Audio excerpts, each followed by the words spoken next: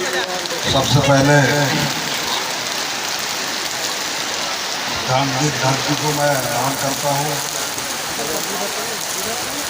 और आज के मुख्य अतिथि आदरणीय श्याम सिंह मरकाम जी, हमारे विशेष अतिथि के तौर पर राष्ट्रीय पदाधिकारी कुशवाहा जी, प्रदेश उपाध्यक्ष आदरणीय प्रेम साहब मरावी जी, राष्ट्र के युवा प्रकोष्ठ के राष्ट्रीय अध्यक्ष आदरणीय अनिल ध्रुवे जी और प्रदेश के उपाध्यक्ष खान साहब तिवारी जी और तमाम मातृशक्तियाँ पितृशक्तियाँ सभी को, कार्यकर्ता बंधु, तमाम पदाधिकारियों को मेरा सादर सादर जोहार। बहुत सारी बातें हुआ है, आपके समझ में आ ही गया होगा, लेकिन मैं ज़्यादा बात नहीं करूँगा क्योंकि समय का अभाव तो है, लेकिन पानी भी गिर रहा है तो साइड में हो सकता है 5 मिनट मुझे मिल जाएगा समय, ऐसा मैं मानता हूँ। हम आपसे पूछते हैं, भाई सांसद आपका, विधायक आपके समाज का, तो अन्याय अत्याचार तो होना नहीं चाहिए। होना चाहिए कि नहीं होना चाहिए? नहीं होना चाहिए ना। अरे कोई संयम है विधायक, कोई बराबरी है मंत्री, कोई ध्रुवे है सांसद, कोई तमाम आपके यहाँ से जो अपने शहडोल समाज से आपके समाज का ही यहाँ विधायक और सांसद होते हैं। और अभी से नहीं, आजादी के बाद से अभी तक है, तो अन्याय अत्याचार तो होना नहीं चाहिए। जैसा अभी कोल के अपने कोयला के बारे में बता रहे थे हमारे तिवारी जी, और कभी कोई थाने के बारे में बता रहे हैं कि थाने वाले ऐसा कर रहे हैं, तो क्यों कर रहे हैं भाई? क्योंकि हम सजग नहीं, हम दादा बरकाम के आंदोलन को जो है ना बढ़ा नहीं पाए हैं, और इसलिए हमारे हक और अधिकार छीने जाते हैं। और इसलिए गोंडवाना गणतंत्र पार्टी का उदय हुआ। दादा मरकाम जी जो है इस बात को समझा कि भाई भाजपा में हमारे लोग रहते हैं, कांग्रेस में भी हमारे लोग विधायक हैं, पर ये समाज को न्याय नहीं मिल रहा है। और न्याय दिलाने के लिए दादा मरकाम जी ने गोंडवाना गणतंत्र पार्टी का उदय किया, और आपके मान और सम्मान और स्वाभिमान को जो न जीवित करने के लिए तमाम बातों को समझ करके गोंडवाना गणतंत्र पार्टी का गठन किया है, जिसके झंडा में आज हम नीचे रह करके और अपनी बात को बयां कर रहे हैं। हम ये कह रहे हैं कि भाई यहाँ सांसद है तो हमारे जमीन तो नहीं छीनना चाहिए। हमारे जमीन में कोयला निकाला जा रहा है, हमारे जमीन में खनिज संपदा निकाला जा रहा है, लेकिन इसकी रक्षा कौन करेगा? इसकी रक्षा इन गधों का काम है, इन नालायक सम्मानी नालायकों का काम है, क्योंकि 5वीं अनुसूचित क्षेत्र है और ये प्रतिनिधित्व करने के लिए, आपके शिक्षा के लिए, आपके स्वास्थ्य के लिए, आपके हक और अधिकार के लिए, आपके जल और जंगल जमीन के लिए इनको चयन करके बाबा साहब जो अम्बेडकर का आज मूर्ति लगा है, और बाबा साहब अम्बेडकर ने इनको प्रतिनिधित्व चुनने के लिए, इनको विधायक और सांसद चुनने के लिए क्यों हक अधिकार रखा था? क्योंकि यहाँ का क्षेत्र का जो आदिवासी वर्ग है, इस समुदाय से विधायक बनेगा, इस वर्ग से सांसद बनेगा, और वहां जाकर के पटल में रखेगा, विधायक विधानसभा में रखेगा, और सांसद पार्लियामेंट में रख करके आपकी न्याय और तमाम जल जंगल जमीन की रक्षा करेगा। और उसके लिए आज आदिवासी यहाँ विधायक बनते हैं और सांसद बनते हैं। पर इन गधों ने ऐसा नहीं किया। आजादी के 50 साल में, 50 का आज 72-73 साल हो गए, किया है। ऐसा करता तो हमारी जो है ना दुख दर्द दूर हो जाती, हम आज माले मान हो जाते। अमीर हमारे जमीन में कोयला निकलता है, अब हमारे जमीन को देना नहीं है। हमारी जमीन को आज के बाद अभी शिवराज चौहान ने घबरा करके पेशा एक्ट की घोषणा किया कि हम पेशा एक्ट को जो लागू करेंगे, लेकिन वो ये नहीं कह रहा है कि इसको अध्यादेश जारी करेंगे। अगर अध्यादेश 5वीं अनुसूची का अध्यादेश जारी कर देता है तो यहाँ लागू हो जाएगा, और लागू हो जाएगा तो आपकी हक और अधिकार आपके अंदर रहेगा। आप लोग जैसा कहेंगे वैसा होगा। अब हम ये पूछते हैं विधायक सांसदों को कि यहाँ के समस्या कुछ रखा है? हमारी जो जमीन से कोयला निकल रही है उस कोयला के मुआवजा तक नहीं मिला है। हम अब मुआवजा नहीं लेंगे बल्कि शेयर लेंगे। हर मंत्री जो लाभांश है उस कोयले का जो निकाला हुआ कोयला का जो महीने का जो हिसाब किताब होता है उसमें हमारा शेयर होना चाहिए, क्योंकि 5वीं अनुसूची बोलता है कि जिनका जमीन उनका खनिज, जिनका जमीन होता है उसका खनिज, तो खनिज हमारा है। तो हमारे कोई भी ठेकेदार यदि ले जाता है, अगर 100 रुपया कमाता है एक माह में तो 25 रुपया हमको मिलना चाहिए, फ्री मिलना चाहिए। अब ये आंदोलन हम बहुत जल्दी चालू करने वाले हैं। इन कोल माइंस वाले जो ठेकेदार हैं, यहाँ का जो जीएम है, इनको बता देंगे कि अब गुणवाना है क्या, गुणवाना है क्या, इनको पता लग जाना चाहिए। और हम ये अधिकार लेकर के रहेंगे, क्योंकि आप सब लोग एक हो जाओगे तो ये जो है ना आपके कदमों में गिड़गिड़ाएंगे, हमको पता है। और आपके जो विधायक हैं ये नालायक विधायक, हमने कहते हैं ना, किसी ने कहा है जिस बाप का औलाद नालायक हो, जिस बाप का औलाद नालायक हो उस बाप को इज्जत नहीं मिलता है। और जिस समाज का नेता नालायक हो, जिस समाज का नेता नालायक हो उस समाज को इज्जत नहीं मिलता है। तो ये अभी तक 72-73 साल में नालायकी पैदा किए हैं, चाहे कोई भी विधायक सांसद हो। हम आपके एक उदाहरण देना चाह रहे हैं। उमा भारती कितना पढ़ा लिखा था भाई? उमा भारती 6वीं पास। मैं आपको बताना चाह रहा हूं कि समाज जो आज भी उभरा नहीं है, ताकतवर नहीं बना है, तो राजनीति में कैसे पीड़ित है तो वो बात बता रहा हूं। उमा भारती 6वीं पास मुख्यमंत्री बन गई, बनी नहीं बनी? बना नहीं बना है? बना है ना। और कैबिनेट मंत्री भी बनी, लोकसभा में गई तो कैबिनेट मंत्री भी बनी। लेकिन फग्गन कुलस्ते जी, फग्गन कुलस्ते मंडला का सांसद, और वो कब से सांसद बनते आ रहा है? जब नरेंद्र मोदी सांसद नहीं था तब से सांसद था। मैं बता रहा हूं भाई, फग्गन कुलस्ते वो ना अमित शाह था ना स्मृति ईरानी थी, तब से फग्गन कुलस्ते सांसद बनते आ रहा है।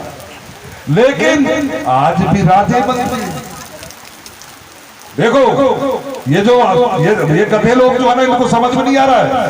ये जितने विधायक सांसद हैं इनको समझ में नहीं आ रही है, बस टिकट के चक्कर में लगा है। इतना बड़ा टिकट दादा मरका पूरे हिंदुस्तान के लिए खोल दिया है, तो वो टिकट की जो है ना वहां जाकर के जूता खा रहे हैं, वहां जाकर गिड़गिड़ा रहे हैं, और वो टिकट के चक्कर में अपनी मान सम्मान स्वाभिमान को खो दिए हैं ये लोग।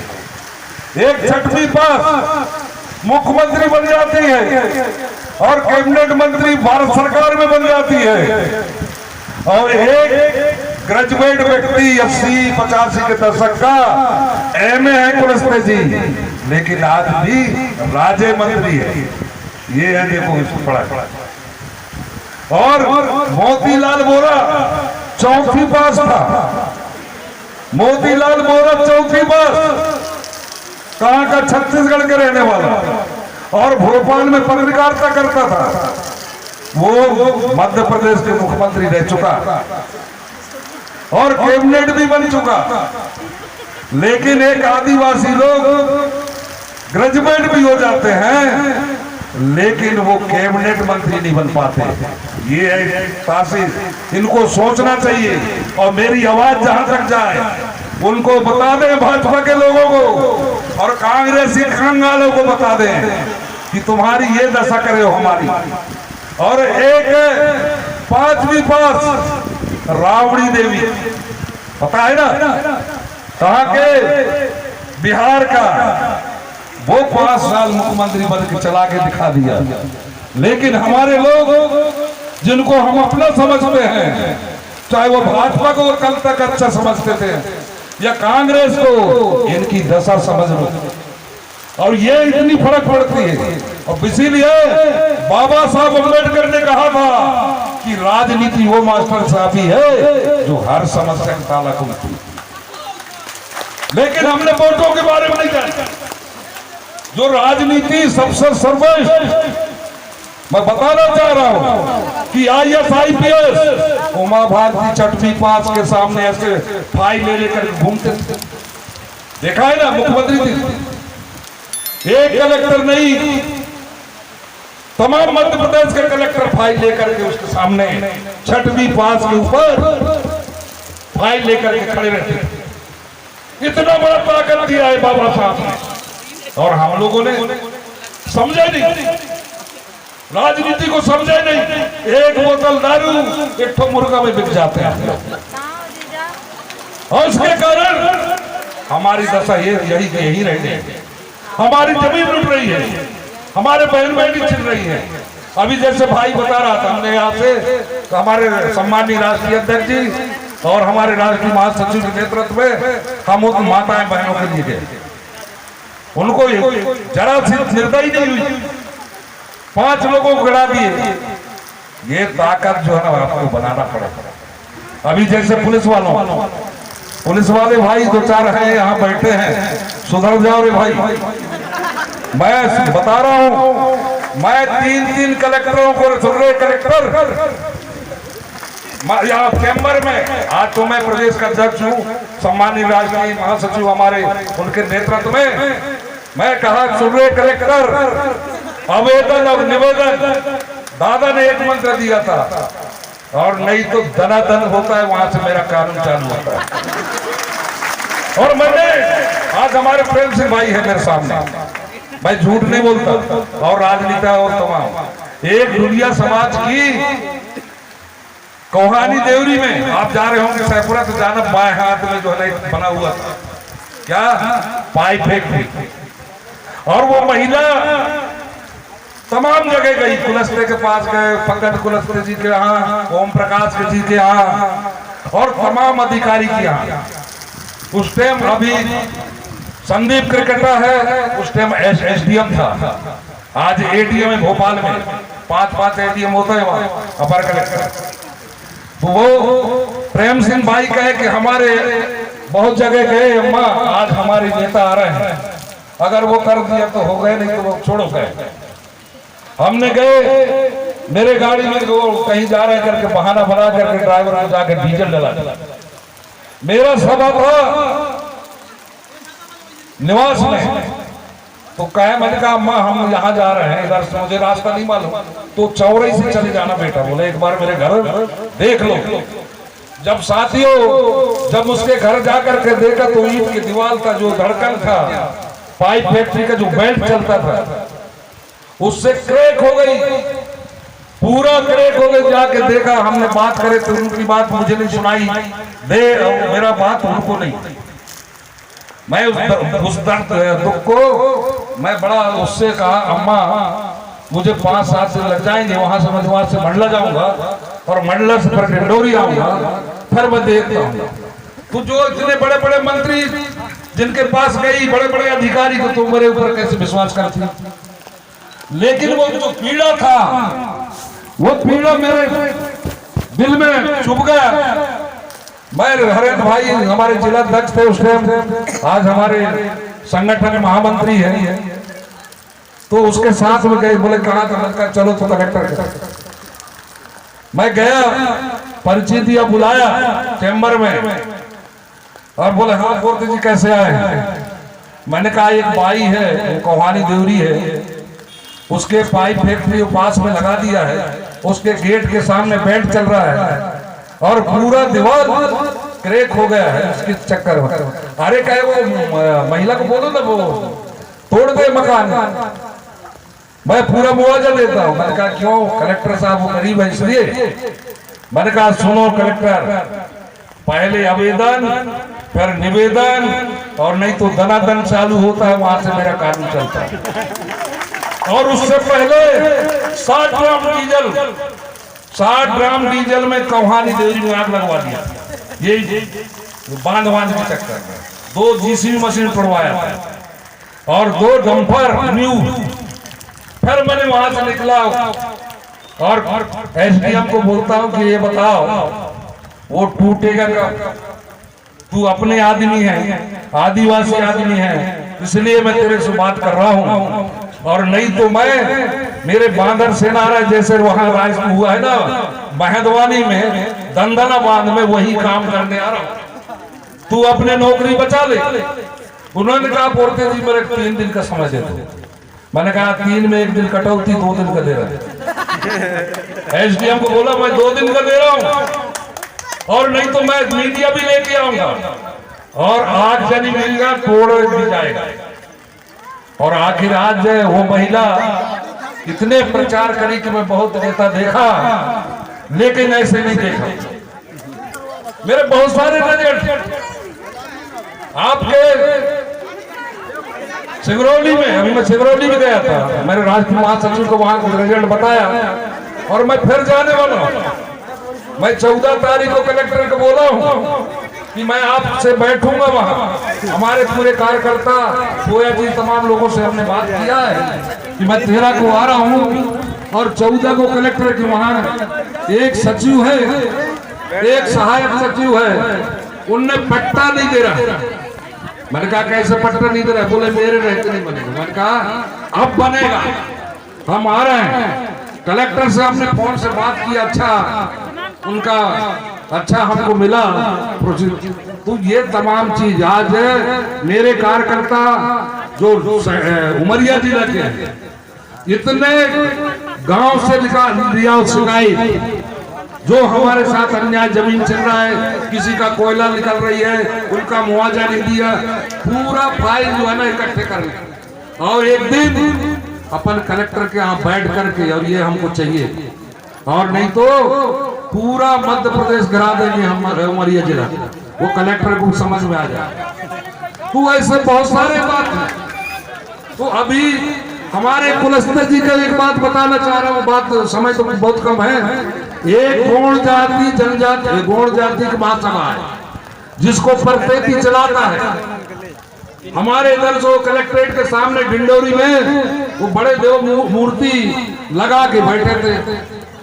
कुछ जो खुरापाती लोग हैं, वहाँ जो भाजपा के लोग हैं, आरएसएस के लोग हैं, उनको अच्छा नहीं लगा। उन्होंने कलेक्टर से बोला कि बोला इसको खुड़वा दो, और जैसे जीसीबी मशीन लेके वहां पहुंचे हैं और वैसे मेरा पहुंचना हुआ।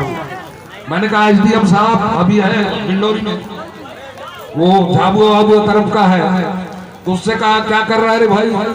तो बोले नहीं कलेक्टर साहब इसको तोड़ने का। मैंने कहा बिल्कुल नहीं तोड़ना, और तोड़ा तो लफड़ा बन जाके मैं जा रहा हूँ कलेक्टर के यहाँ मैं गया डिंडोरी, अंदर बैठा। मैंने कहा सुनो कलेक्टर साहब, अगर वो टूट गया, गोड़वाना वाले चाहे वो कोई भी दल हो, सामाजिक हो, लेकिन उसके नाम गोड़वाना जुड़ा हुआ है तो ये टूटेगा नहीं।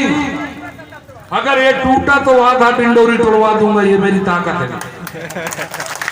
और सबसे पहले भाजपा की कार्यालय टूटेगा, और भाजपा वाले सुन ले, हम बहुत बेकार आदमी ऐसे हम बढ़ते नहीं है। भाजपा वाले वहां पता भी कर ले। हमने कहा सबसे पहले भाजपा कार्यालय टूटेगा, क्योंकि निजूल का जमीन भी है और फॉरेस्ट का भी है।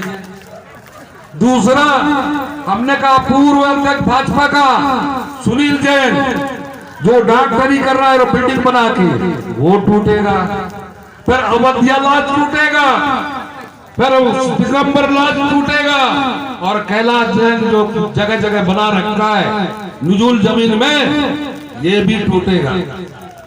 कलेक्टर साहब बोलता है कि बोले एक काम करो लिस्ट दे दो, तो मैंने कहा मैं क्यों दो दूंगी भाई, फिर आपको नौकर होगा। तुम्हारे पटवारी कहाँ गई, तुम्हारे आरआई कहाँ गए, तुम्हारे तहसीलदार कहाँ गए, उससे मांगो, मैं क्यों दूंगा। उसी दरमियान 3 दिन बाद कुलस्ते जी आ गए। मैं कुलस्ते की बात बता रहा हूँ, देखो आदिवासी कैसे दबे रहे तो वो बात बता रहा हूँ। और ये बात अगर गलत हो तो पता भी कर लो, और नहीं तो कहीं समाज में आ जाए तो मैं तो लतेड़ता। मैंने आज तक दादा 95 जब से दादा के साथ में जुड़ा है, मैं अपने लिए 1 रुपए का काम नहीं कराया।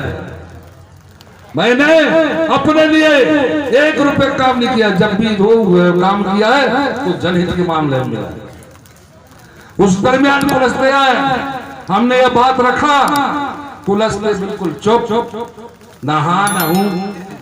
अब वो जो जिला दर्द बैठा था वो काला पड़ गया, यही बात बोला। मैंने कहा आधा डिंडोरी तोड़ना पड़ेगा। और आज साथियों उसके सामने कलेक्ट्रेट के सामने आज जो है खड़ा है। और उससे पहले रानी दुर्गावती का 36 लाख में हम पहला आदमी हैं। ये गोड़वाना दादा हीरा सिंह मरकाम के करवा का जो है ना मजबूती है कि रानी दुर्गावती को हाथी में डिंडोरी कलेक्ट्रेट के सामने 36 लाख, मुख्यमंत्री 15 लाख घोषणा कर दिया। और वही बनाते जैसे मंडला में आज जो बोरकर जी हैं कमिश्नर हैं, वो कमिश्नर कलेक्टर था हमारे तरफ। हमने एक इतिहास लिया, हमने निवेदन किया कलेक्टर साहब से, हमने कहा साहब रानी दुर्गावती हाथी में चल, और वो भी सुबह हाथी में, चाहो तो हम इसका इतिहास ला देते हैं।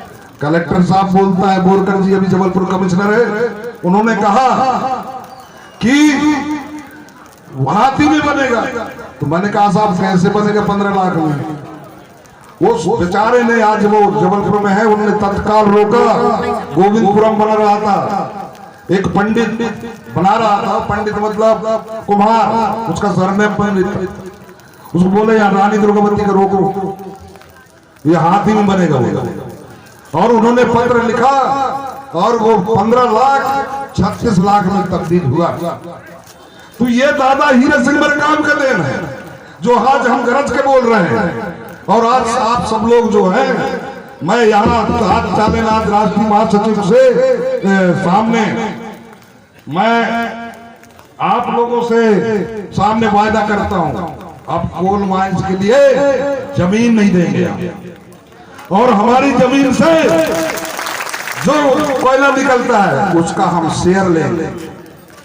हम घेरेंगे, बैठ करके बात करेंगे, आएंगे आप सब लोग रहेंगे, हमारे पदाधिकारी कुछ अपन बैठ करके ये बात आपके जो समस्या है, जो गधे लोग, विधायक लोग, ये सांसद लोग, ये नालायक लोग अभी तक काम नहीं किया है, वो काम हम करके दिखाएंगे। ये काम उनका था, ये मेरा नहीं था।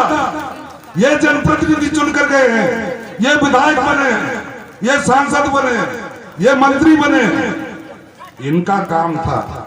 बाबा साहब उसके लिए उनके लिए आरक्षण रखा था। जो बाबा साहब का मूर्ति लगाए ना, ये संविधान में इन गधों को इसके लिए विधायक और सांसद बना क्या जा रहे हैं। पर ऐसे किया, आप सब मजदूर लोग, ना तुम्हारे पास गैस है, ना तुम्हारे पास पेट्रोल है, ना कोई उद्योग धंधा है, तो फायदा हम लिए हैं मजदूरी के लिए, हम मजदूरी के लिए हैं। हमारी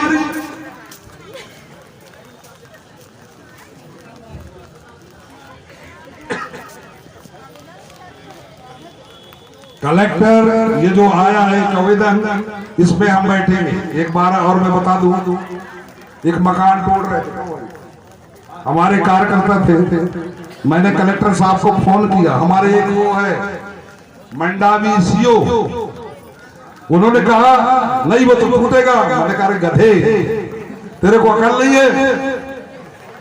मैं तो आदिवासी दिख नहीं रहे, तेरा भाई नहीं दिख रहे, तू तोड़ने चला गधा हराम खोर। मैंने कहा मैं ऐसे ही बात करता हूँ फोन में। मैंने कहा रोक। हमने कलेक्टर को लगाया, साथी लोग हैं आज मेरे जो तमाम पदाधिकारी, इनको पता है। हमने कलेक्टर बोले कि नहीं मैं मकान नहीं तोड़वा रहा हूँ। कौन सा? तामन्नारा, अपने सैपुरा रोड तामन्नारा। तो हमने कलेक्टर से बात किया तो कलेक्टर बोले नहीं वो मकान नहीं तोड़े हैं, वो दुकान तोड़ दिए। मैंने कहा क्यों भाई? बांध बनाओ तो हमारी जमीन हमको उजाड़ोगे, शेर पालोगे तो हमको उजाड़ोगे, कोयला खोदोगे तो हमको उजाड़ोगे। तो उसको जीने पलने का नहीं चाहिए दुकान? सब जगह तो उनको बर्बाद कर रहे हो।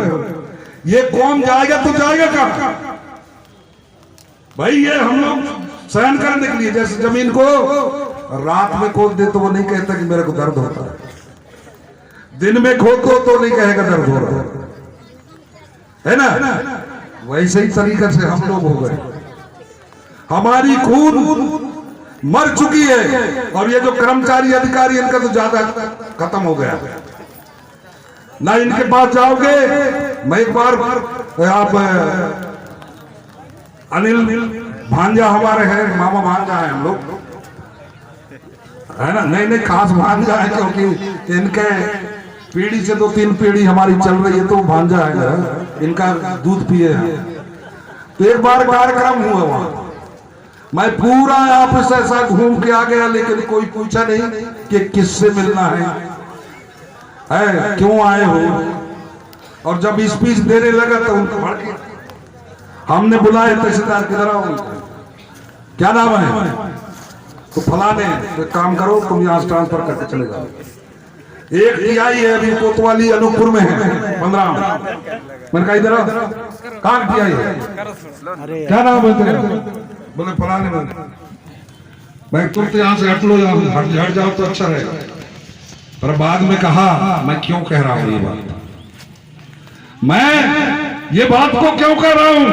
इन्हीं का आरक्षण से नौकरी लगा, जाति प्रमाण पत्र बपौती नहीं है।